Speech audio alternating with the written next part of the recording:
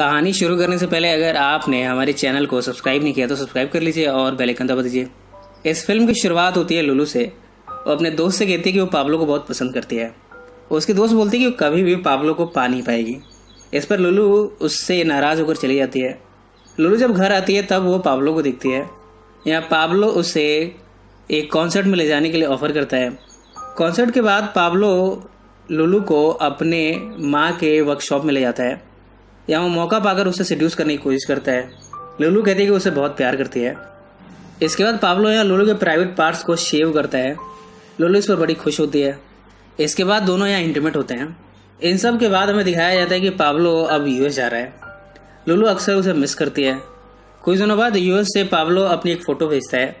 इस फोटो को लुलू जब देखती है तो उसे बहुत याद करती है। कुछ सालों के बाद पाब्लो एक प्रोफेसर बनकर वापस आया है।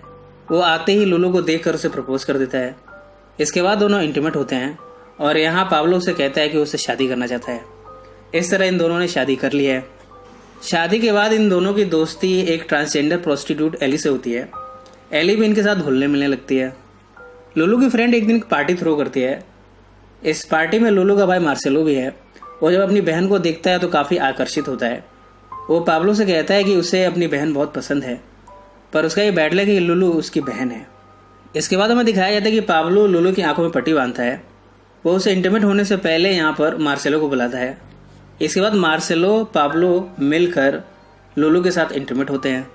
अगली सुबह जब लुलू को इस बारे में खबर लगी है तब वो पाब्लो को डांटती है और गुस्से में घर छोड़कर चली जाती है। इन सब के बाद लुलू अपने अंदर वासनाओं की उत्तेजना महसूस करती है। इसके लिए वो एक गे एडल्ट फिल्म देखती है। सड़क पर वो कुछ गे लोगों को देखती है। वो उनका पीछा करती है। एक बार में जाकर वो उन्हें अप्रोच करती है। इसके लिए वो बारटेंडर का सहारा लेती है। इसके बाद हमें दिखाया जाता है कि लुलू इन तीनों गे दोस्तों के साथ इंटीमेट हो रही है। अब अक्सर वो इन्हें पे करती है और इनके साथ इंटीमेट होती है। कुछ दिनों बाद जब उसके पैसे ख़त्म हो जाते हैं तब वो इनसे कहती है कि अब उसके पास पैसे नहीं हैं। इन गे दोस्तों में से एक उसे कहता है कि उसे रमी से मिलना चाहिए। यहाँ पे पता चलता है कि रमी एक क्लब चलाता है।